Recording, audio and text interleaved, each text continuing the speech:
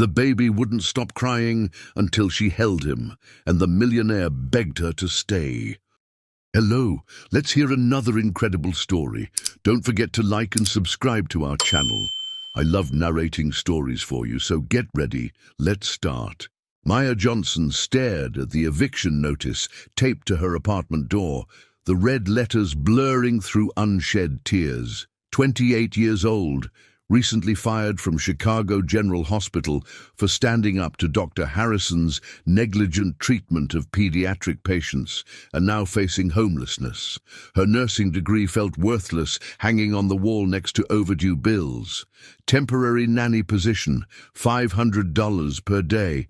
Immediate start required. The sketchy agency's ad seemed too good to be true, but desperation had a way of making impossible things seem reasonable. Maya adjusted her modest blazer and pressed the golden doorbell of the Lincolnshire mansion. When the massive oak door swung open, her breath caught in her throat. The man standing before her was devastatingly handsome, despite his obvious exhaustion. Disheveled chestnut hair, piercing blue eyes shadowed with fatigue, and a white dress shirt carelessly unbuttoned at the collar, revealing a glimpse of toned chest. "You must be nanny number 6 this week." Alexander Reed's voice was gravelly with exhaustion. "I hope you're different from the others, because I'm one crying episode away from calling a priest for an exorcism." Maya straightened her shoulders, refusing to be intimidated by his obvious wealth or striking appearance. "Sir, I'm a pediatric nurse with 8 years of experience. If your baby doesn't stop crying with me, maybe the problem isn't with the nannies." Alexander raised an eyebrow, intrigued by her confidence. "Bold, I like that.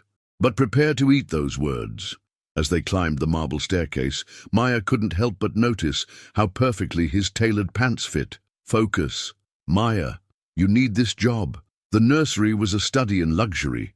Hand-painted murals, an antique crib that probably cost more than her car, and in the center of it all, 6-month-old Noah Reed, screaming as if his tiny heart was breaking. Alexander stood back, tension radiating from his frame. "He's been like this for weeks. The doctors say nothing's wrong, but—" His voice cracked slightly. Maya approached the crib without hesitation. The moment she lifted Noah into her arms, the screaming stopped. Complete, blessed silence filled the room. Alexander stared at her, as if she'd just performed a miracle. The intensity of his gaze made her heart flutter unexpectedly. "How the hell did you do that?" he whispered. Maya looked down at the peaceful baby, then up at Alexander's amazed expression. "Sometimes babies just need to feel loved," she said softly, not knowing that those simple words would change everything. Noah's tiny fist wrapped around her finger, and Maya felt something shift in her chest, a warmth she hadn't experienced since losing her own daughter 3 years ago. "What's his story?" she asked, settling into the nearby rocking chair. Alexander's jaw tightened. "My sister Rachel died in a car accident 6 weeks ago. She was coming to visit me when—" He trailed off, unable to finish. "Noah's been inconsolable ever since the funeral. I think he knows she's gone." The pain in Alexander's voice was raw, unguarded. Maya recognized it. The guilt of a survivor, the weight of unexpected responsibility. "And you? How are you handling all this?" "I'm not," he admitted, running a hand through his hair. "I run a tech company, not a nursery. I know nothing about babies, and Noah seems to sense that." Maya studied his profile as he watched Noah sleep in her arms. Beneath the expensive suit and commanding presence, she saw a man drowning in grief and responsibility he never asked for. "I'd like to stay overnight," she said suddenly, "to establish a routine with Noah." Alexander's eyes snapped to hers. "That's not necessary. It is if you want him to sleep through the night." Their gazes locked, and Maya felt that flutter again. "Unless you prefer listening to him cry until dawn." "Fine," Alexander said after a moment. "Mrs. Chen, our housekeeper, can show you to the guest room." As Maya gently placed Noah back in his crib, she caught Alexander watching her with an expression she couldn't quite read. There was something magnetic about this broken man and his grieving nephew, something that called to the nurturing part of her soul that had been dormant since her own loss. "Mr. Reed," she called softly as he headed for the door. "Alexander," he corrected. "Just Alexander." "Alexander, Noah's going to be okay. Children are more resilient than we think." He paused at the threshold, his broad shoulders tense. "I hope you're right, Maya. I really hope you're right." As his footsteps echoed down the hallway, Maya settled back into the rocking chair with Noah. She didn't know it yet, but she'd just walked into a story that would heal them all. Maya woke to sunlight streaming through silk curtains and the sound of Noah babbling happily in his crib. For the first time in weeks, according to Mrs. Chen's relieved whispers, the baby had slept through the night. Realizing she'd spilled formula on her blouse the night before, Maya borrowed one of Alexander's dress shirts from the walk-in closet.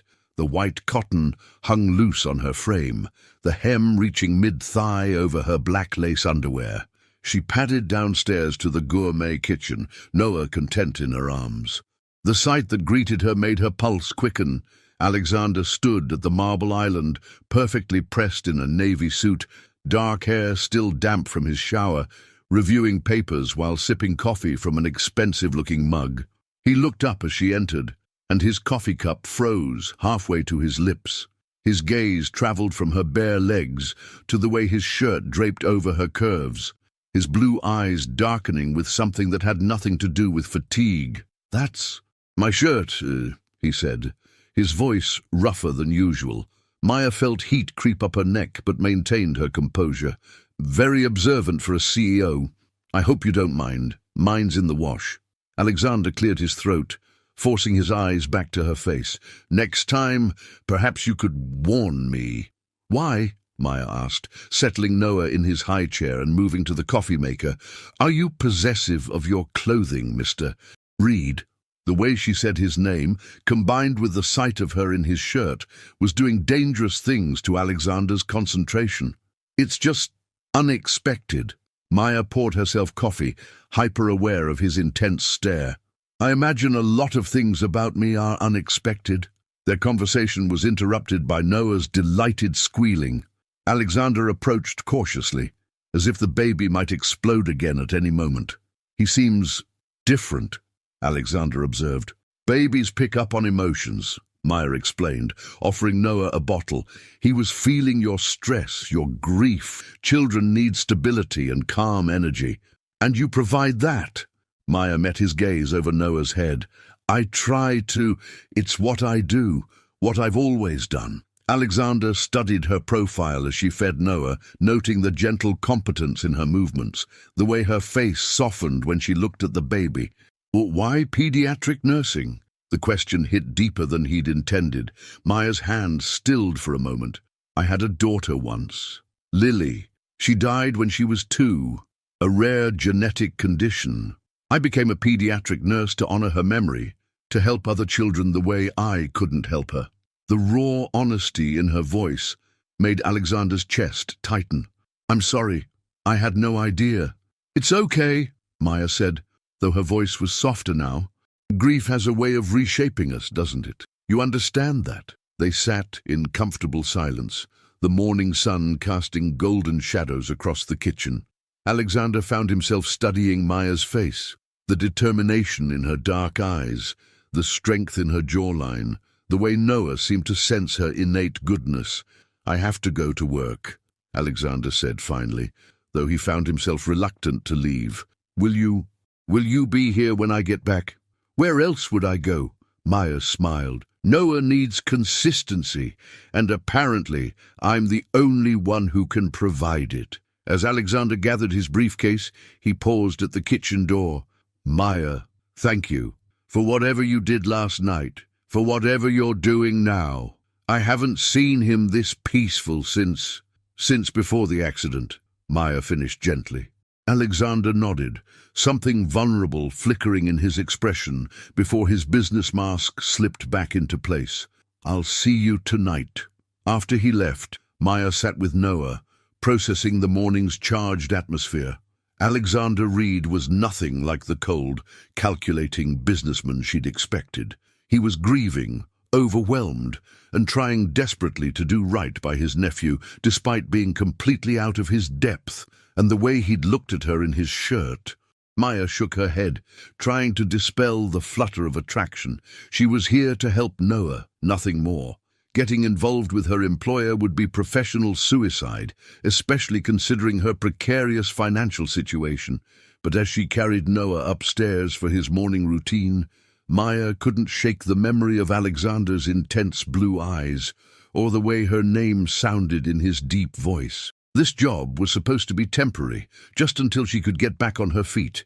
She had no idea she was about to become the missing piece in a puzzle neither she nor Alexander knew they were trying to solve. By Thursday, Maya had established a rhythm that transformed the Reed household. Noah's crying episodes had virtually disappeared, replaced by giggling and the cheerful babbling that echoed through rooms that had been silent for too long. Even Mrs. Chen seemed lighter, humming as she went about her duties. Alexander found himself looking forward to coming home for the first time since Rachel's death. The sound of Maya's laughter mixed with Noah's had become the most beautiful symphony he'd ever heard. That evening, he arrived home to find Maya in the living room, attempting to teach Noah to clap his hands. She was wearing jeans and a soft sweater that hugged her curves in all the right places, her hair falling in loose waves around her shoulders. "Any progress?" Alexander asked, loosening his tie as he settled onto the couch beside them. "Judge for yourself," Maya said, holding Noah's tiny hands. "Come on, baby boy. Show Uncle Alex what you learned." Noah looked at Alexander with wide, curious eyes before bringing his palms together in a clumsy clap. Alexander's face broke into the first genuine smile Maya had seen from him. "That's incredible," he breathed, reaching out hesitantly to touch Noah's cheek. The baby didn't cry. Instead, he grabbed Alexander's finger with surprising strength. "He's been waiting for you to try," Maya said softly. "Children forgive easily if we let them." Alexander's gaze shifted to her. "Is that your professional opinion, Nurse Johnson?" "That's my personal experience, Mr. Reed." The formal address felt wrong now, after days of shared mornings and evening routines. "Alexander," he corrected again, "we're past formalities, don't you think?" Their eyes met and held, the air between them charged with unspoken tension. Maya felt her breath catch as Alexander's gaze dropped briefly to her lips before returning to her eyes. The moment was broken by Noah's demanding babble. Maya stood quickly, needing distance from Alexander's magnetic presence. "Oh, I should put him down for the night." "I'll help," Alexander said, surprising them both. Upstairs in the nursery, Maya guided Alexander through the bedtime routine. As he attempted to change Noah's diaper, his usual corporate confidence evaporated. "I think I'm doing this wrong," he muttered, struggling with the tabs. Maya moved behind him, her hands covering his to guide his movements. "Like this," she whispered, her breath warm against his ear. Alexander's hands stilled under hers. He could feel the heat of her body, smell the subtle scent of her shampoo. When she leaned closer to adjust his grip, her breast brushed against his shoulder, and he had to suppress a groan. "There," Maya said, seemingly oblivious to the havoc she was wreaking on his self-control. "At sea, you're a natural." Alexander turned in her arms, and suddenly they were face to face, mere inches apart. Maya's eyes widened, her lips parting slightly as the tension between them reached a breaking point. "Maya," Alexander's voice was rough with want, but before either could close the distance, Noah's cranky whimper reminded them of his presence. They sprang apart, both breathing heavily. I should go," Maya stammered, her cheeks flushed. Alexander nodded, not trusting his voice. As Maya fled the nursery, he slumped against the changing table, running a hand through his hair. This was exactly what he couldn't let happen. Maya was Noah's lifeline, and Alexander couldn't risk losing her because of his own selfish desires. But as he watched Noah settle into peaceful sleep, Alexander couldn't deny the truth any longer. Maya Johnson wasn't just healing his nephew, she was slowly, inexorably, healing the frozen parts of his own heart. Later that night, as Maya lay in the guest bed staring at the ceiling, She replayed those charged moments in the nursery. She'd come here to rebuild her life, not to fall for her emotionally unavailable employer. But Alexander Reed was nothing like she'd expected. Beneath his polished exterior was a man struggling with grief and responsibility, someone who needed healing as much as Noah did. The problem was, Maya was starting to want to be the one to heal him.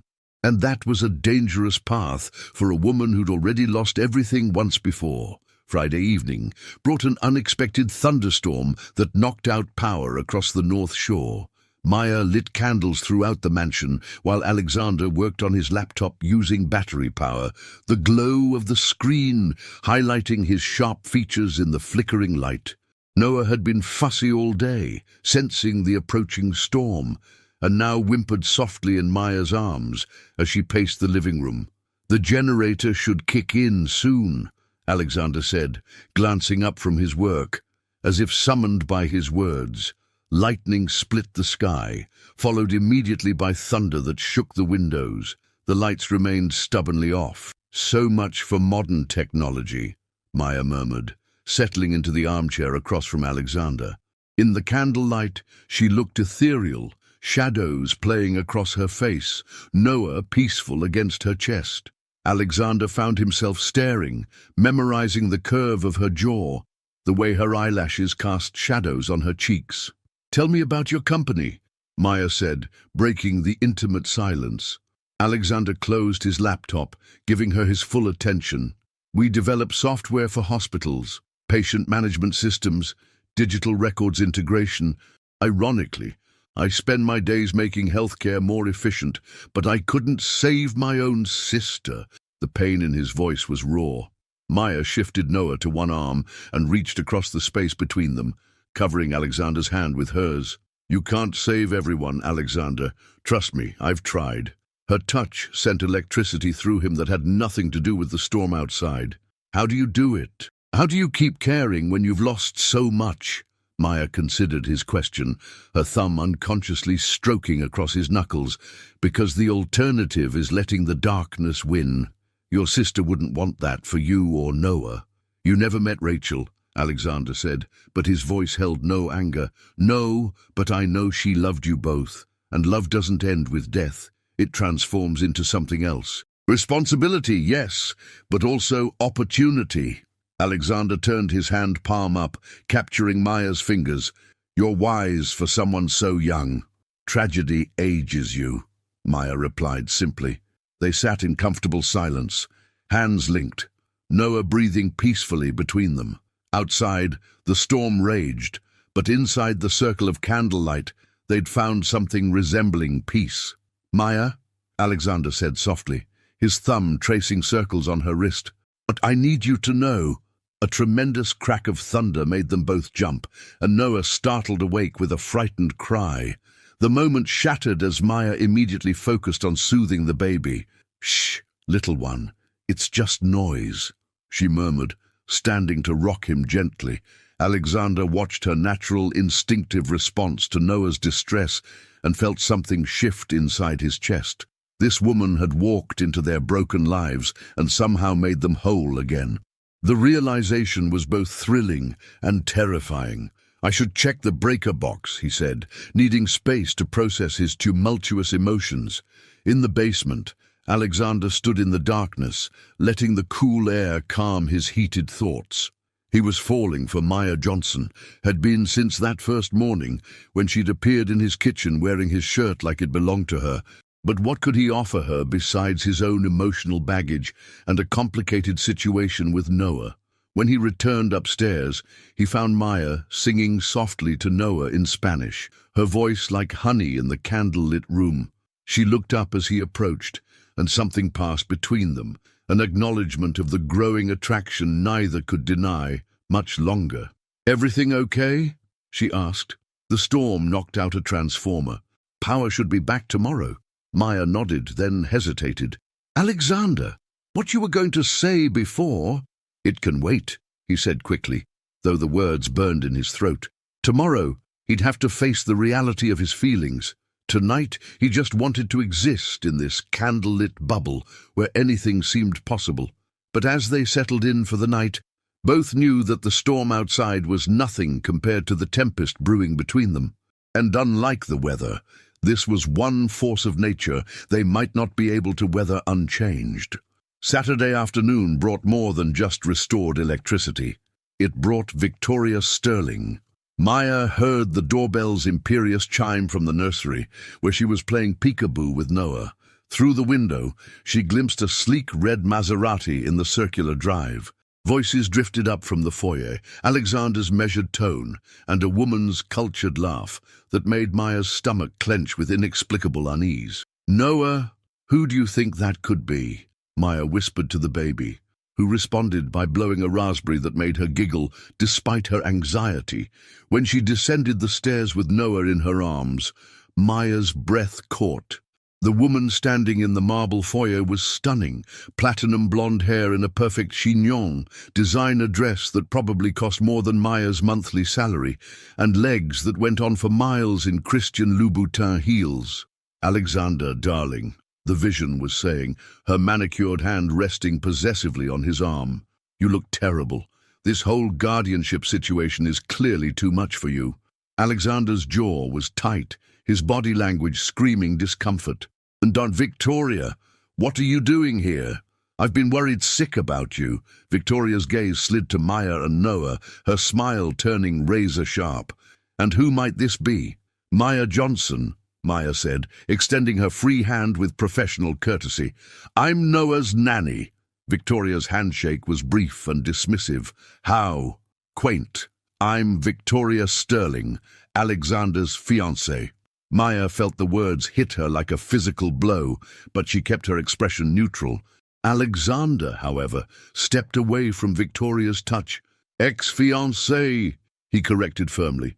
"A temporary situation," Victoria said with confident laughter. "Alexander, we need to talk. Privately."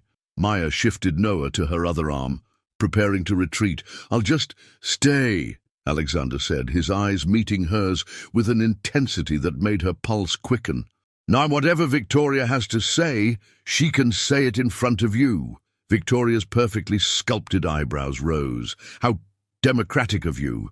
But surely the help doesn't need to be involved in family matters." The casual dismissal stung, but Maya had dealt with condescending attitudes before. "If you'll excuse me, Noah needs his afternoon snack." In the kitchen, Maya tried to process what she'd just learned. Alexander had an ex-fiancée, a gorgeous, sophisticated ex-fiancée who clearly wasn't ready to accept the ex part. Maya's hands shook slightly as she prepared Noah's bottle. What did you expect, she asked herself, that a billionaire would be single and available for his temporary nanny?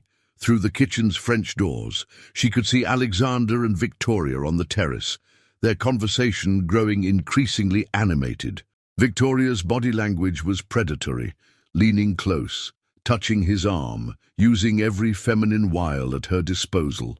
"Looks like Mama's got competition," Maya murmured to Noah, who gurgled in response. 20 minutes later, Alexander found her in the garden, pushing Noah's stroller along the rose-lined path. His expression was thunderous. "I'm sorry about that," he said without preamble. "You don't owe me any explanations," Maya replied, though her voice was cooler than usual. "Your personal life is none of my business." "Maya," Alexander caught her arm, stopping their progression. "Victoria and I ended our engagement 8 months ago." Whatever she implied in there— "Alexander, it's fine," Maya interrupted, though her heart was racing at his touch. "You're my employer, nothing more." Something flickered in Alexander's eyes, hurt, perhaps, or frustration. "Is that really how you see this? How you see us?" The question hung between them, loaded with implications Maya wasn't sure she was ready to examine. Before she could answer, Noah began fussing, providing a convenient distraction. "He's tired," Maya said, grateful for the reprieve. "I should put him down for his nap." That evening, after Victoria had finally left, with promises to return soon that made Maya's stomach churn, Alexander found Maya in the kitchen preparing dinner. "You don't have to cook," he said, watching her move around his kitchen with easy familiarity. "I enjoy it," Maya replied, not looking up from the vegetables she was chopping. Alexander moved closer, noting the tension in her shoulders. Maya, about earlier. There's nothing to discuss, she said firmly. Isn't there? Alexander stepped behind her, his hands covering hers on the knife handle, because it feels like everything changed the moment Victoria walked through that door. Maya's breath caught at his proximity, at the warmth of his body against her back. Maybe it should have changed, she whispered. Why? Alexander's voice was rough against her ear. Because I'm just the nanny, Alexander, and she's everything I'm not. Alexander turned her in his arms, his hands framing her face. She's everything I don't want, he said fiercely. Maya, you have to know. But his words were cut off by the shrill ring of his phone. Victoria's name flashed on the screen, and the spell was broken. Maya stepped back, her cheeks flushed, her breathing uneven. You should answer that, she said quietly. As Alexander reluctantly took the call, Maya retreated to her room, her heart pounding. Victoria Sterling's arrival had changed everything, forcing Maya to confront feelings she'd been trying to deny. But reality was harsh. She was an unemployed nurse playing temporary nanny to a billionaire's nephew, and billionaires didn't fall for women like her, did they? The tension in the Reed household over the next few days was palpable. Victoria had made good on her promise to return, appearing unannounced with gifts for Noah and barely concealed hostility for Maya. She brought expensive toys the baby ignored and made subtle comments about appropriate boundaries between employers and staff. Wednesday evening, Maya found herself in an impossible situation. Alexander was working late, Noah was teething and miserable, and Victoria had arrived uninvited for dinner. You poor little thing, Victoria cooed at the crying baby, though she held him at arm's length like he might contaminate her Hermes dress. No wonder you're upset with all this instability in your routine. Maya bit back her sharp response, focusing on warming Noah's teething gel. He'll settle once I can apply this. Surely a qualified nanny would have prevented this distress in the first place, Victoria said with false sweetness. That was the last straw. Maya straightened, her patience finally exhausted. With respect, Mrs. Sterling, Noah is teething. It's a natural process that causes discomfort regardless of care quality. Perhaps if you actually knew anything about children— Excuse me? Victoria's mask of civility slipped. I'll have you know that I'm perfectly qualified to judge childcare. I've been involved in numerous charity functions for underprivileged children. Writing checks isn't the same as actual caregiving. Maya shot back. The sound of the front door slamming echoed through the house. Alexander appeared in the kitchen doorway, taking in the scene. Victoria holding a screaming Noah awkwardly, Maya standing rigid with anger, tension crackling between the two women. "What's going on here?" he demanded. "Your nanny was just explaining her superior qualifications," Victoria said, her voice dripping with disdain. Alexander's gaze moved between them before settling on Maya. Without a word, she reached for Noah, and the baby immediately calmed in her arms. "Victoria, I think you should leave," Alexander said quietly. "Alexander, surely you can see—" "Now!" His voice brooked no argument. After Victoria's dramatic exit, complete with predictions of Alexander's future regret, the house fell into uncomfortable silence. Maya busied herself with Noah's bedtime routine, hyper-aware of Alexander's presence as he watched from the doorway. "You didn't have to defend me," she said finally, not meeting his eyes. "Yes, I did." Alexander stepped into the nursery, his voice rough with emotion. "Maya, what Victoria said was true," Maya interrupted, settling Noah in his crib. "I am just the nanny. I overstepped." "Stop!" Alexander caught her arm as she tried to brush past him. "Stop reducing yourself to a job title." Maya looked up at him, seeing the frustration and something deeper burning in his blue eyes. "Then, what am I, Alexander? What is this?" The question hung between them like a challenge. Alexander's grip on her arm tightened, his thumbs stroking across her skin. He struggled for words. "You're the woman who walked into our lives and made us whole again. You're the person Noah trusts completely, the one who makes him laugh. You're the first thing I think about when I wake up, and the last thing on my mind before I sleep." Maya's heart raced at his confession, but fear held her back. "Alexander, you're the woman I'm falling in love with," he finished, his voice barely above a whisper. The words hit Maya like lightning. She searched his face, seeing nothing but raw honesty in his expression. "You can't," she whispered. "Why not?" "Because I'm not her," Maya said, gesturing toward where Victoria had been. "I'm not sophisticated or wealthy or connected. I'm just—" "You're perfect," Alexander interrupted, his hands cupping her face. "You're real and brave and kind. You see people for who they are, not what they can give you." Tears pricked Maya's eyes. "I can't lose another family, Alexander. I can't survive it again." "Then don't leave us," he said simply. "Stay, not as Noah's nanny, but as part of our family." The vulnerability in his voice broke something loose in Maya's chest. Before she could second-guess herself, she rose on her toes and pressed her lips to his. The kiss was soft at first, tentative, but when Alexander groaned against her mouth and pulled her closer, it deepened into something desperate and hungry. Weeks of tension and denied attraction poured into the contact, and Maya felt herself melting against his solid warmth. When they finally broke apart, both breathing hard, Alexander rested his forehead against hers. "Stay," he whispered again. Maya looked over at Noah, sleeping peacefully in his crib, then back at Alexander's hope-filled face. "Okay," she breathed, "I'll stay." But even as Alexander's arms tightened around her, Maya couldn't shake the feeling that Victoria Sterling wasn't done with them yet. And when she made her next move, it would be far more dangerous than sharp words and social intimidation. The next 2 weeks felt like a dream. Alexander worked from home more often, and the three of them settled into a routine that felt remarkably like a real family. Maya woke to Alexander making coffee, their fingers brushing as he handed her a mug. They took turns reading Noah bedtime stories, their shoulders touching as they sat on the nursery's window seat. The moments between them grew increasingly charged, lingering looks across the dinner table, hands that found excuses to touch, conversations that danced around the growing attraction neither could deny much longer. Saturday morning found them in the garden, Noah crawling on a blanket, while Maya and Alexander sat in comfortable silence. The autumn sun was warm on their faces, and Maya felt a contentment she hadn't experienced since before Lily's death. "Want a penny for your thoughts?" Alexander said, noting her distant expression.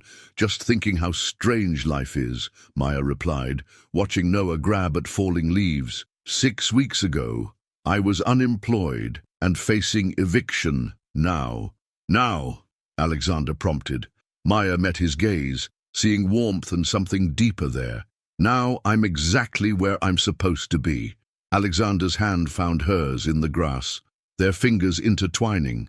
"Maya, I've been thinking about what you said the other night, about not being able to survive losing another family." Maya tensed, but Alexander's thumb stroked across her knuckles reassuringly. "I can't promise that life won't throw us curveballs," he continued, "but I can promise that whatever comes, we'll face it together, all three of us." The certainty in his voice made Maya's heart flutter. "Alexander," her words were cut off by Noah's demanding babble. He'd pulled himself up against a garden chair and was reaching for them with grabby hands. "Someone wants attention," Maya laughed, scooping up the baby. "Smart kid," Alexander murmured. And when Maya looked at him questioningly, he added, "You're worth demanding attention for." That afternoon, while Noah napped, Maya found Alexander in his study, staring broodingly out the window.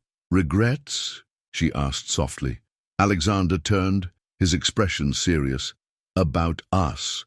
"Never. About the timing. Maybe." "What do you mean?" Alexander was quiet for a long moment. "Victoria called this morning. She's persistent." Maya felt a familiar chill. "What did she want?" "To inform me that she's been making inquiries about Noah's care situation. Apparently, she's concerned about his welfare." The implications hit Maya like a physical blow.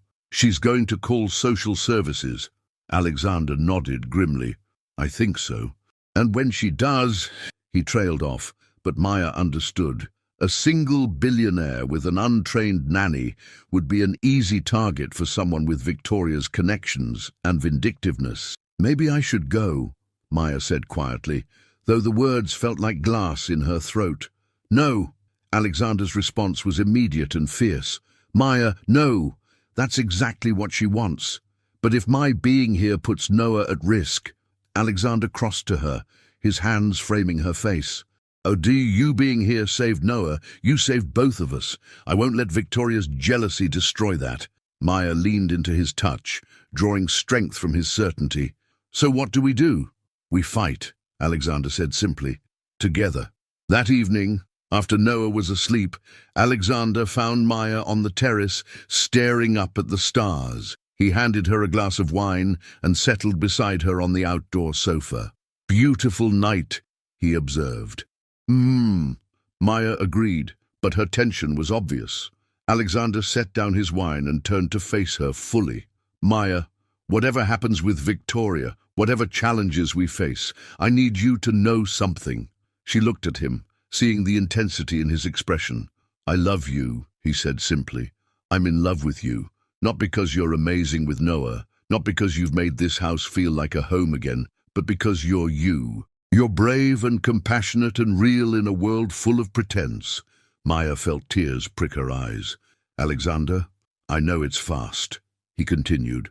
I know the circumstances are complicated, but I also know that I've never felt this way about anyone before, and I don't want to waste another day not telling you how I feel. Maya set down her wine with shaking hands. I love you too, she whispered. Would I've been trying not to, but you and Noah have become my whole world, and that terrifies me. Alexander pulled her into his arms, and Maya melted against his chest, feeling the steady beat of his heart against her cheek. Then be terrified with me, he murmured against her hair. Because whatever comes next, I know we're stronger together than apart. As they held each other under the starlit sky, neither knew that Victoria Sterling was already making phone calls, setting in motion events that would test everything they'd just proclaimed. The calm before the storm was ending, and the real battle for their newly formed family was about to begin. Monday morning arrived with a pounding on the front door that shattered the peaceful atmosphere of the Reed household. Maya was feeding Noah his breakfast when she heard Alexander's sharp intake of breath from the foyer. Mr. Reed, I'm Jennifer Walsh from the Department of Children and Family Services. We've received a report regarding the welfare of Noah Reed. Maya's blood turned to ice. Through the kitchen doorway, she could see a stern-faced woman in a navy suit flanked by a uniformed officer. Alexander's posture was rigid, his business mask firmly in place. I'm afraid there's been some misunderstanding, Alexander said smoothly. Noah is perfectly fine. That's what we're here to determine, Ms. Walsh replied curtly. We need to conduct a welfare check and interview all parties involved in the child's care. Maya's hands trembled as she set down Noah's spoon. This was it, the moment she'd been dreading. She lifted Noah from his high chair, and he immediately sensed her distress, beginning to fuss. Maya, Alexander called, his voice carefully controlled. Could you bring Noah to the living room, please? Walking into that room felt like walking to her own execution. Ms. Walsh's sharp eyes immediately catalogued everything. Maya's simple jeans and sweater, the way Noah clung to her, the obvious bond between them. And you are? Miss Walsh inquired. Maya Johnson. I'm Noah's nanny. Credentials. Maya's mouth went dry. I'm a registered nurse with pediatric experience, but I don't have formal nanny certification. Miss Walsh made a note that felt like a death sentence. How long have you been employed here? About 3 weeks. Living arrangements. I stay in the guest room to maintain Noah's routine. Another damning note. Maya caught Alexander's eye, seeing the helpless fury there. They both knew how this looked to an outsider, a grieving billionaire, an uncertified live-in nanny, a complicated situation ripe for exploitation. Mr. Reed, Ms. Walsh continued, I understand you recently gained guardianship of Noah following your sister's death. How are you managing the transition? With Maya's help? Very well, Alexander replied tersely. And before Miss Johnson's employment? Alexander's jaw tightened. Noah was struggling. He cried frequently, had difficulty sleeping. Since Maya's arrival, he's thrived. I see. Ms. Walsh observed Noah, who had indeed stopped fussing in Maya's arms, but eyed the stranger warily. The complaint we received suggested that Noah might be experiencing neglect or inappropriate care arrangements. That's ridiculous, Maya burst out before she could stop herself. Noah is loved and well cared for. Whoever made that complaint was concerned about a child's welfare. Miss Walsh cut her off sharply. Which is exactly what we're here to assess. The interview continued for another hour, each question feeling like another nail in their coffin. Miss Walsh examined Noah's room, reviewed his medical records, and took extensive notes about the household arrangements. Finally, she closed her folder with an ominous snap. Mr. Reed, while I see no immediate signs of neglect, I do have concerns about the unconventional nature of this arrangement. Noah will remain in your care for now, but we'll be conducting follow-up visits. I strongly recommend you consider more traditional childcare arrangements. After they left, the house fell into stunned silence. Noah, sensing the tension, began to cry, the first time in weeks. Shh, baby, Maya whispered, but her own voice was shaking. Alexander stood frozen in the foyer, his hands clenched into fists. Victoria, he said quietly. This has her fingerprints all over it. Alexander, Maya began, but he whirled to face her. I should have seen this coming. Should have protected you both better. This isn't your fault, isn't it? Alexander's voice was raw. I let my feelings for you cloud my judgment. I put you in an impossible position. Maya felt her heart breaking at the defeat in his voice. What are you saying? Before Alexander could answer, his phone rang. Victoria's name flashed on the screen like a taunt. Don't, Maya started, but Alexander was already answering. What the hell do you think you're doing? Alexander's voice was deadly quiet. Victoria's laugh carried clearly through the phone speaker. Protecting a child's best interests, darling. Really, Alexander, a live-in nanny with no credentials. What were you thinking? I was thinking about Noah's happiness and well-being. Were you? Or were you thinking about your own needs? Victoria's tone was sickeningly sweet. I'm sure Miss Johnson is lovely, but let's be realistic. A man in your position needs someone appropriate, someone who understands the responsibilities that come with wealth and social standing. Maya felt each word like a physical blow. Every insecurity she'd harbored about her place in Alexander's world came rushing back. Victoria, if you think, I think, Victoria interrupted, that you need to consider what's truly best for Noah and for yourself. I'm having lunch at the club tomorrow at noon. Join me and we can discuss how to resolve this unfortunate situation. The line went dead. Alexander stared at the phone, his face a mask of controlled fury. She wants to meet, he said unnecessarily. Maya shifted Noah to her other arm, her mind racing. Maybe you should. Maya. No, listen to me. Maya's voice was stronger now, fueled by determination rather than fear. Victoria thinks she's won. She thinks she can use the system to force us apart, can't she? Alexander's voice was bitter. Maya stepped closer, her free hand touching his arm. Only if we let her. Alexander, Noah is thriving. Anyone with eyes can see that. We just need to prove it officially. How? Maya took a deep breath, the plan forming as she spoke. We document everything. Get statements from Dr. Peterson about Noah's progress. Have Mrs. Chen testify about the changes in this household. Show that what we have isn't conventional, but it works. Alexander studied her face, seeing the fierce determination there. And if it's not enough, then we'll deal with that when it happens, Maya said firmly. But I'm not giving up on this family without a fight. Are you? Looking at Maya, beautiful, brave Maya holding his nephew with such protective love, Alexander felt his resolve strengthen.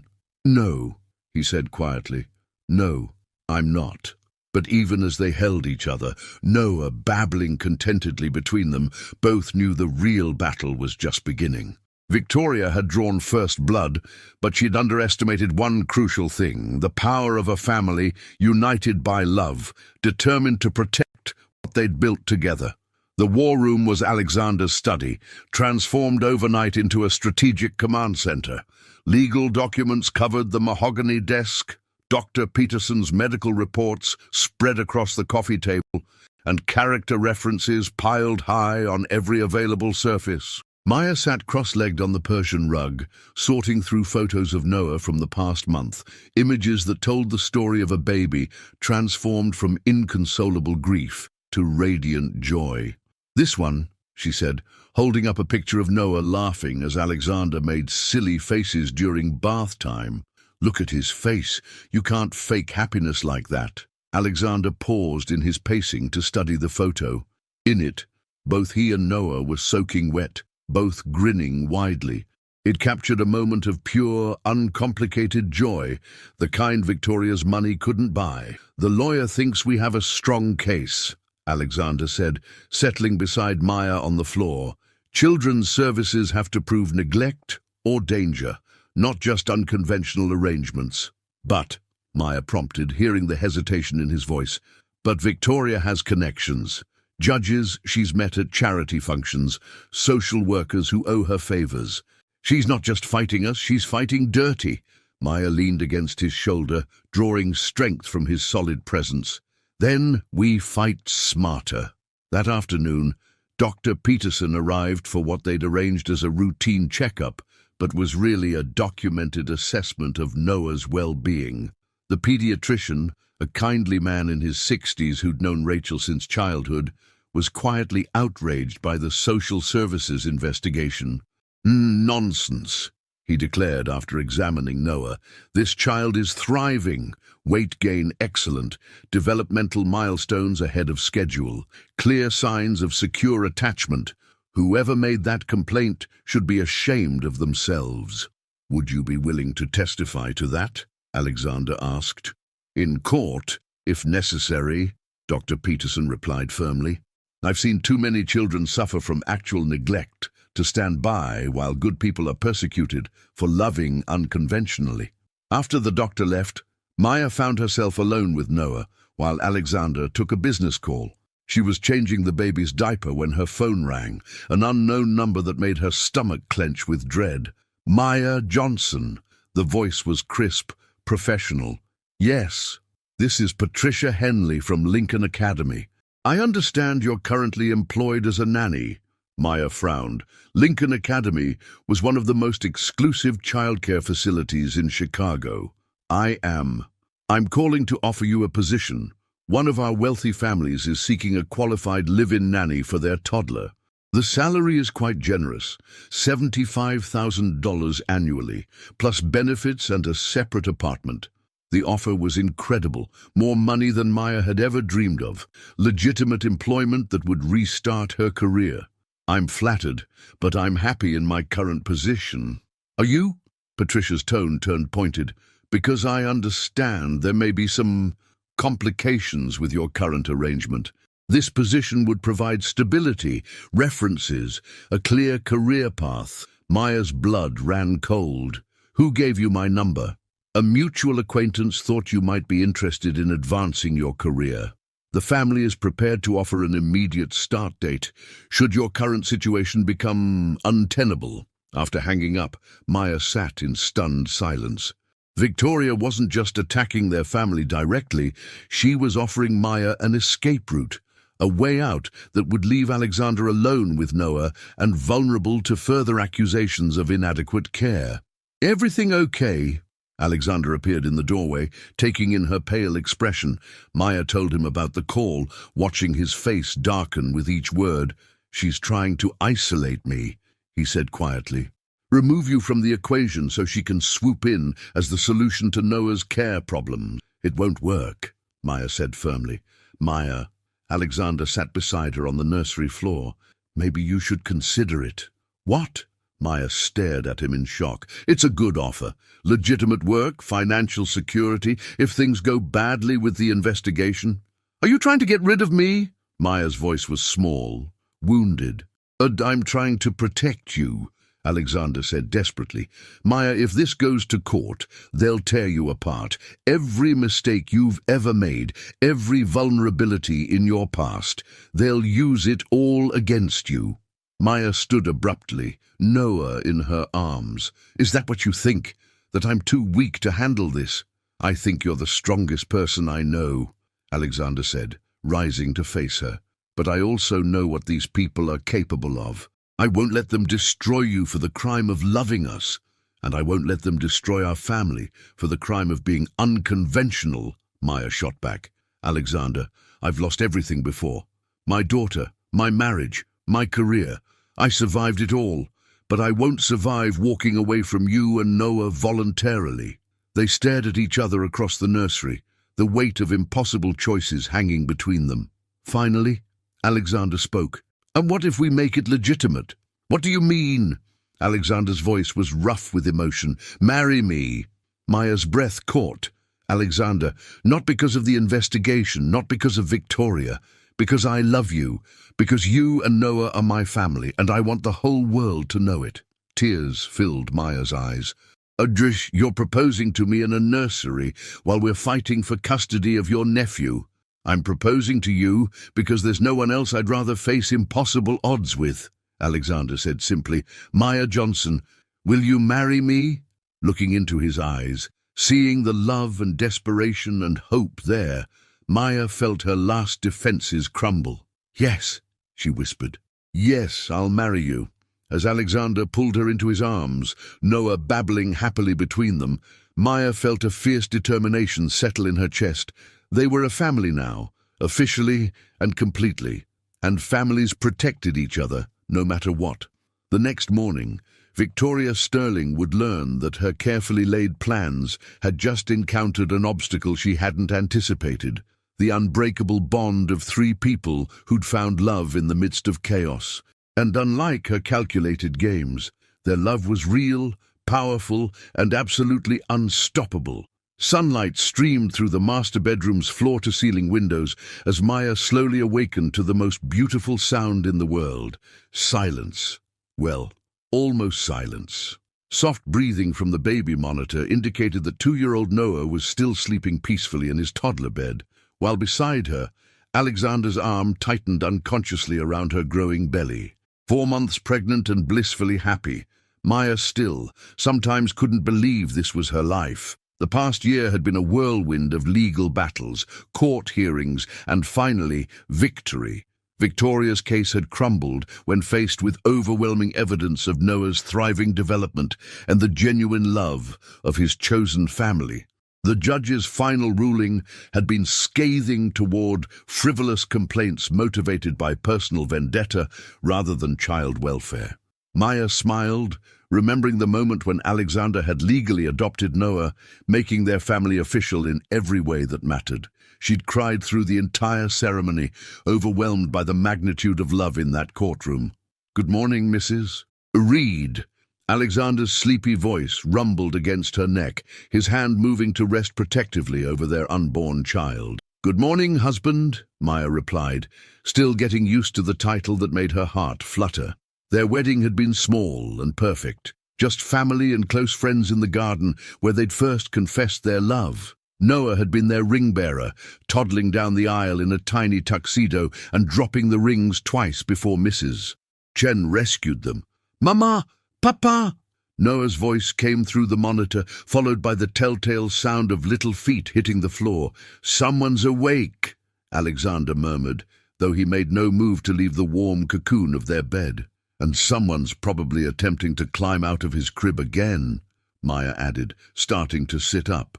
"I'll get him," Alexander said, pressing a gentle kiss to her temple. "You rest." Maya watched her husband, still got butterflies thinking that word, pad barefoot to Noah's room, wearing only pajama pants and the soft smile he reserved for family moments. Through the baby monitor, she heard Noah's delighted squeals as Alexander presumably swooped him up for their morning flying game. "Papa, up, up. Good morning, little man. Should we go wake up Mama and baby sister?" "Sister!" Noah's vocabulary was expanding daily, though sister came out more like sissa.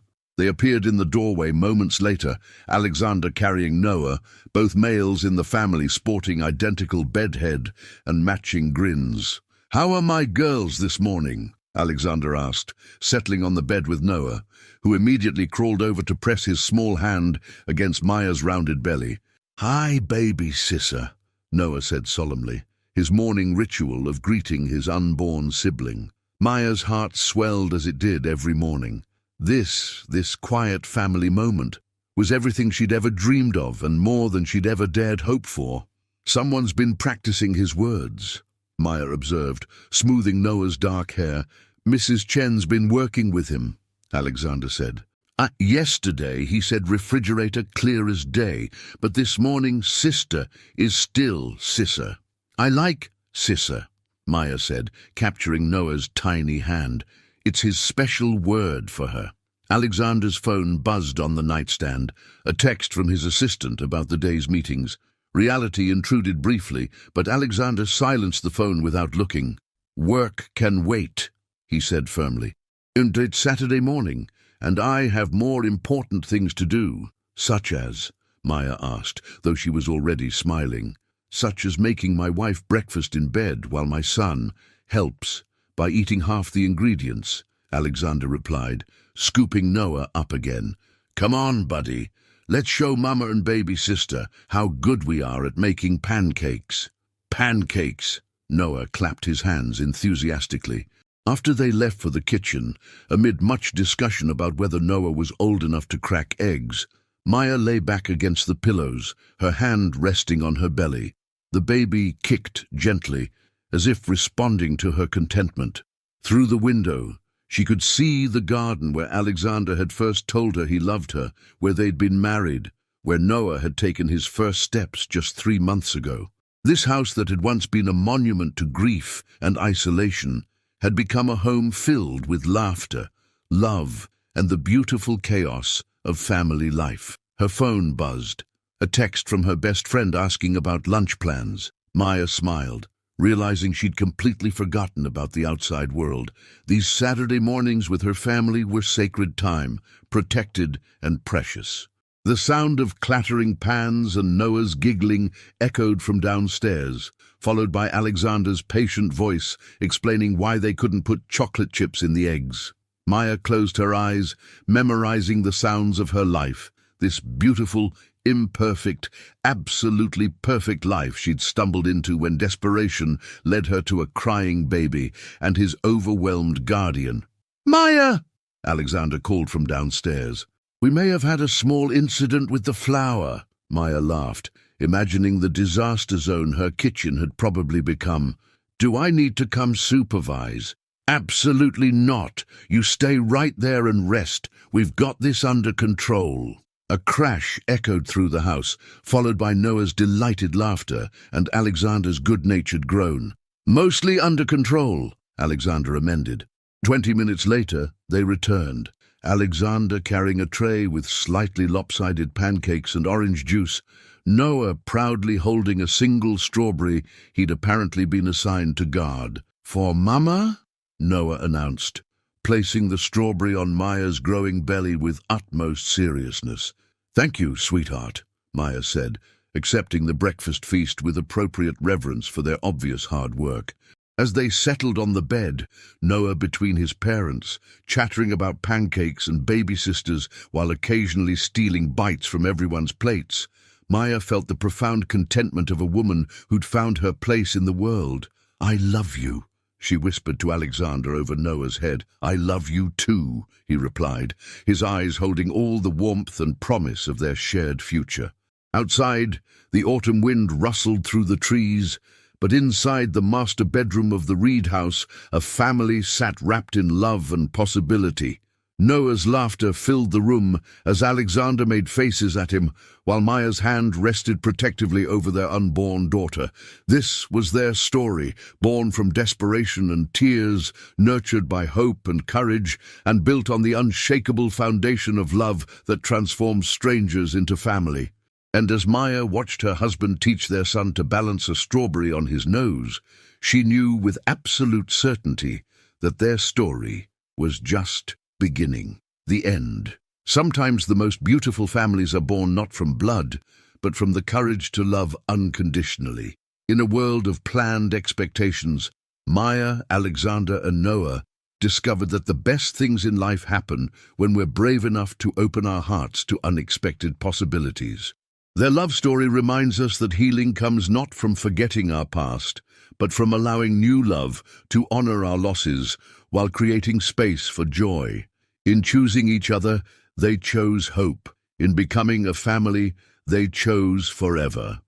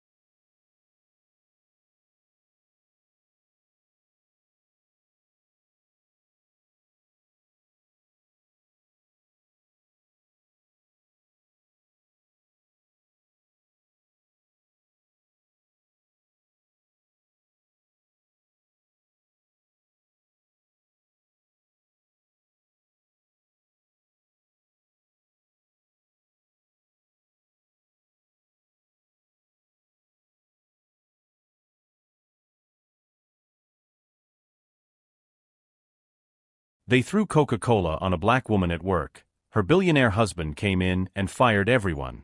The brown liquid dripped down Nina Thompson's curls, soaking her navy blue blouse as Jessica Whitmore's cruel laughter echoed through the Apex marketing office in Manhattan. Oops. I thought you needed to refresh those mediocre ideas, the blonde manager sneered, dropping the empty can on Nina's desk. Look, everyone. The company's diversity initiative taking a Coca-Cola shower, shouted Brad Mitchell, the account coordinator, as he filmed everything with his iPhone 15. At his side, Samantha Chun, the HR assistant, laughed as she frantically typed on her cell phone. When you hire based on quotas and not competence, #reality-checknick. Nina stood motionless, soda dripping from her curly hair onto the reports she had meticulously prepared for the investor meeting. At 29, she was the only black analyst in a sea of privileged faces who had treated her like an outsider since her first day 6 months ago. You know what your problem is, Nina? Jessica approached her, her Chanel perfume mingling with the sweet smell of Coca-Cola. You don't know your place. You think you can sit at the same table as us just because you have some little public college degree. The glass-walled conference room had become a fishbowl of cruelty. Other employees watched from the common area, some embarrassed, most indifferent. It was the Friday before Labor Day, and the office was emptier than usual, the perfect time for calculated humiliation. Nina took a deep breath, her brown eyes shining with what Jessica misinterpreted as tears. In fact, it was determination. She calmly picked up her cell phone, ignoring the taunts that continued. Going to call your mommy? Or your Uber boyfriend? Brad sneered, moving the camera closer. I bet he lives in the Bronx and took the subway in today. Samantha let out a shrill laugh. Guys, you're terrible. But it's true, right, Nina? It must be hard to keep up that executive facade on an assistant salary. What those three corporate predators didn't know was that Nina Thompson wasn't just another employee trying to climb the corporate ladder. There were secrets in her life that even her HR files didn't reveal, connections that transcended this toxic environment. Go ahead, Nina said softly, typing a single message into her phone. You just made the best decision of your lives. Jessica frowned, momentarily thrown off by Nina's serenity. What are you talking about? Did the sugar go to your head? In exactly 15 minutes, Nina consulted the discreet Patek Philippe watch on her wrist, a detail no one had ever noticed. You'll understand everything. Brad lowered his cell phone, a hint of doubt crossing his face. What 15 minutes? Are you delirious? Samantha, always the most perceptive of the trio, noticed something strange in Nina's behavior. There was no fear, no anger, just a disturbing calmness of someone who knows exactly what is coming. That was when the private elevator, the one only used by the board of directors, lit up on the 42nd floor. The doors opened with a soft ding, and 3 uniformed security guards stepped out first, followed by a tall, imposing man wearing a Tom Ford suit that probably cost more than anyone's annual salary. Nina. Alexander Sterling's deep voice cut through the office silence like a knife. Are you okay? If looks could kill, Jessica, Brad, and Samantha would already be buried. What no one in that office could have imagined was that they had just crossed a line of no return, and that the woman they had chosen to humiliate was about to completely rewrite the rules of the corporate game. If you're enjoying this story of justice and revenge, don't forget to subscribe to the channel to find out how a simple analyst turned her humiliation into the biggest lesson those arrogant people would ever learn. Alexander Sterling stormed across the office, his expression changing from concern to controlled rage when he saw Nina's state. Drops of Coca-Cola were still dripping from her hair, staining the white collar under her navy blue blouse. Security, he called in a steely voice, escort these 3 people out of the building. Now. Jessica stepped forward, still trying to process the situation. Excuse me, but who the hell do you think you are? This is our office, and Nina is our employee. Wrong, Alexander positioned himself protectively beside Nina. This is my office. Sterling Enterprises is the majority shareholder of Apex Marketing. Brad dropped his iPhone with a clatter onto the marble floor. Samantha's face drained of color as she quickly searched LinkedIn. Sterling Enterprises. Chairman and CEO. Alexander Sterling. Net worth $7.8 billion. That's the problem when you judge people by their appearance, Nina finally said, calmly wiping her face with a tissue. You never bothered to find out who I really am. The story of Nina Thompson Sterling had begun 4 years earlier when she met Alexander at a technology conference at MIT. She was a full scholarship student, he was a guest speaker. What began as a discussion about machine learning algorithms evolved into a love that defied all social expectations. But why are you working here? Jessica stammered, her brain struggling to reconcile the woman she humiliated daily with the wife of one of the most powerful men in New York. Nina smiled for the first time since the incident. Because I believe in earning my place, not inheriting it. I wanted to prove my worth without using the Sterling name. For the past 6 months, she had meticulously documented every instance of discrimination. Printouts of derogatory emails, audio recordings of meetings where her ideas were stolen, security videos showing the differential treatment. All stored in the cloud, waiting for the right moment. You thought I was weak because I'm quiet, Nina continued, her eyes shining with determination. You confused dignity with submission. Big mistake. A man in a gray suit emerged from the elevator, Marcus Chun, Sterling Enterprises lead attorney and Nina's best man. I have here complete documentation of moral harassment, racial discrimination, and creation of a hostile work environment, he announced, handing out folders to Jessica, Brad, and Samantha. This is ridiculous. Brad exploded. It was just jokes. She never complained. Kidding? Alexander picked up Brad's cell phone, which was still recording. Like throwing Coca-Cola on her and calling it a diversity shower? Like saying she lives in the Bronx and took the subway here just because she's black. Samantha began to cry. I have bills to pay. A family. Funny, Nina observed dryly. I have a family too. My mother is a nurse, my father a bus driver. They worked their whole lives to give me an education. And you thought that made me inferior. What none of the 3 knew was that, over the past few weeks, Nina had quietly implemented a new data analysis system that would increase Apex's efficiency by 47%. The project was worth millions and was registered exclusively in her name. You have 30 minutes to clear your desks, Alexander declared. Any attempt at retaliation will result in immediate legal action. Jessica, in a last act of desperation, turned to the other employees who stood watching in shock. Are you going to let this happen? Everyone here knows what she's like. The silence was deafening. Several colleagues looked down, ashamed. Tom Williams, from the IT department, stepped forward. Actually, Jessica, many of us admire Nina's work.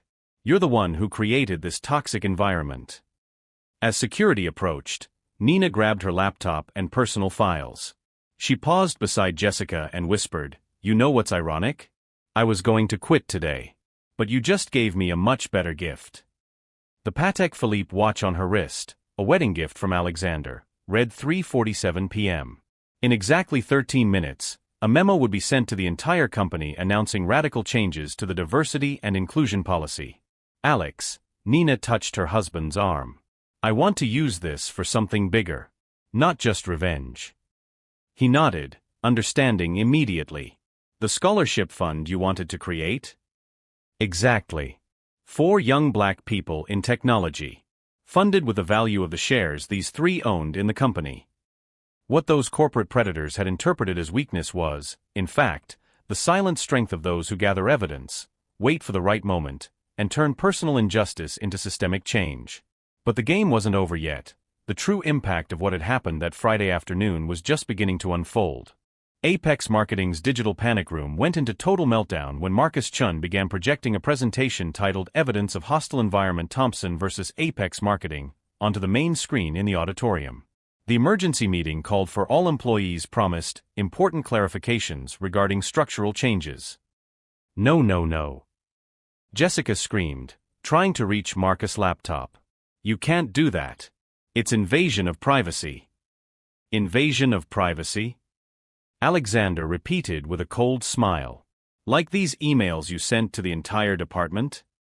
On the screen, a message from Jessica appeared, "The new diversity arrived today. I bet she won't last a month. Anyone want to bet on how long it'll be before she's back in the ghetto?" Brad paled when the next slide showed screenshots of a WhatsApp group called Elite Apex, where he posted daily photos of Nina with captions like "Found the missing maid," and "Someone call her Uber." "How did you get this?" Samantha gasped, seeing her own Instagram posts appear, including one where she secretly filmed Nina having lunch alone with the caption, "When the quota has no friends #reality." 6 months, Nina said calmly, walking to the center of the auditorium. "For 6 months, you created a complete digital archive of your own discrimination. Every screenshot, every audio clip, every video. HR has copies of everything." The next slide revealed something that made the entire auditorium hold its breath. Project Prometheus, new predictive marketing analysis system. Developed by Nina Thompson Sterling. Estimated value, $47 million.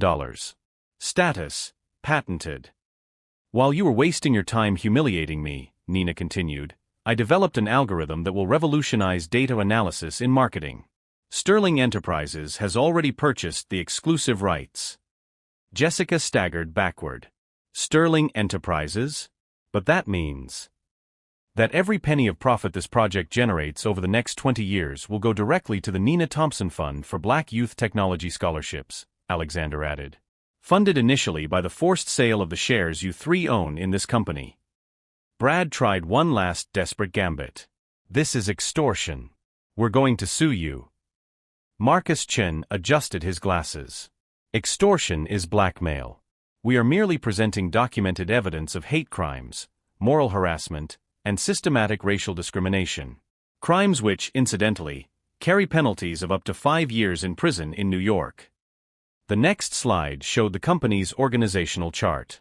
3 boxes flashed red: Jessica Whitmore, Brad Mitchell, and Samantha Chun, all marked immediate termination, just cause. "You can't fire us for just cause," Jessica shouted, tears of anger streaming down her face. "We're going to fight this." "You can try," Nina replied calmly. "But I suggest you first watch the video Brad kindly recorded today, throwing Coca-Cola at me while yelling about diversity showers." The video began to play.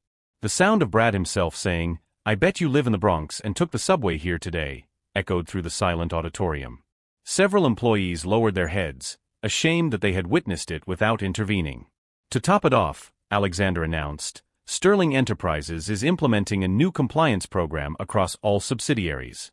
Any company that wants to maintain contracts with us will need to undergo rigorous diversity and inclusion audits. Samantha began to sob. My career, my reputation, it's all destroyed.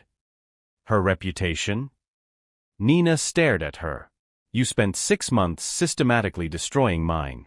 Now you're experiencing the consequences of your own actions.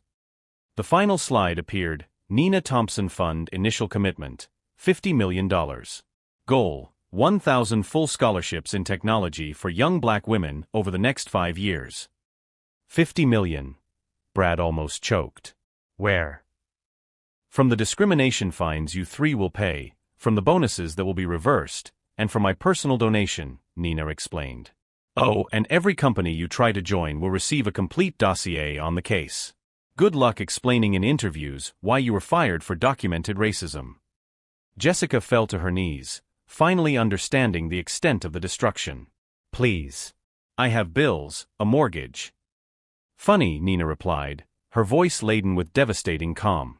I had bills too when you sabotaged my projects, stole my ideas, and made me question whether I belonged here. The difference is that I turned my pain into something constructive. You turned your privilege into cruelty. Security guards began escorting the 3 out of the building. On the big screen, one last message appeared, true diversity isn't about quotas. It's about recognizing that talent has no color, class, or zip code. As the auditorium erupted in applause, Nina Thompson Sterling remained center stage, the Coca-Cola long since dry on her shirt, but her dignity intact and her legacy just beginning. What no one in that room could have predicted was that this moment represented not just a personal victory, but the birth of a movement that would transform the entire tech industry in the years to come, proving that sometimes, the greatest revolution starts with one person refusing to accept the place others try to put them in. 6 months later, the auditorium of the Metropolitan Opera House in Manhattan was packed for the premiere of the documentary Code Nina, How Corporate Racism Created a Revolution. Nina Thompson Sterling took the stage to thunderous applause, wearing an elegant black Armani suit, not to impress, but because she could now choose what to wear without judgment. When they threw Coca-Cola at me, she began her speech, her voice echoing through the historic theater. They didn't know they were watering the seed of a change that has now benefited 347 young black people with full scholarships in technology. In the audience, cameras focused on emotional faces, Fortune 500 CEOs, civil rights activists, and most notably, the first Nina Thompson Fund scholarship recipients, brilliant young people from marginalized communities now studying at MIT, Stanford, and Harvard. The documentary revealed something shocking. Jessica Whitmore had tried to sue Nina for defamation and moral damages, but her own lawyers dropped the case when they saw the evidence. Brad Mitchell, after being rejected for 23 job interviews, now worked as an app delivery driver, ironically, the profession he had so ridiculed. Samantha Chun moved to a small town in the countryside, deleted all her social media accounts, and according to sources, spent her days writing apology letters that were never answered. The most ironic thing, Nina continued, is that 3 days before they threw Coca-Cola at me, I had finished an algorithm that detects patterns of discrimination in corporate environments using artificial intelligence. They literally gave me the final data I needed to validate the system. The Equi-Hire app, developed by Nina, had already been adopted by 1,200 companies globally, generating $180 million in revenue in the first quarter, all profits going toward expanding the scholarship program. Microsoft, Google, and Apple formed a historic partnership to implement the system in their hiring practices. Tom Williams, the IT colleague who had stood up for Nina on that fateful day, was now CTO of Sterling Enterprises' Technology Diversity Division. Seeing Nina turn humiliation into revolution taught me that silence in the face of injustice is complicity, he told the New York Times. The most emotional moment of the evening came when Marcus Thompson, Nina's father, took the stage. The retired bus driver, who worked 40 years to put his daughter through school, held the Nobel Peace Prize trophy that Nina had just received, the first black person to be honored for innovation in social justice technology. My daughter has always been brilliant, he said, his voice breaking. But they only saw her color. Now the whole world sees her brilliance.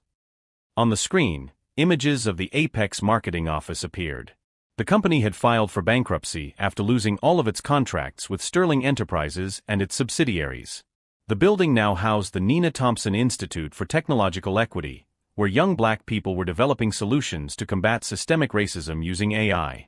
Jessica Whitmore made one last public appearance on an obscure podcast, trying to play the victim. "I lost everything over a silly joke."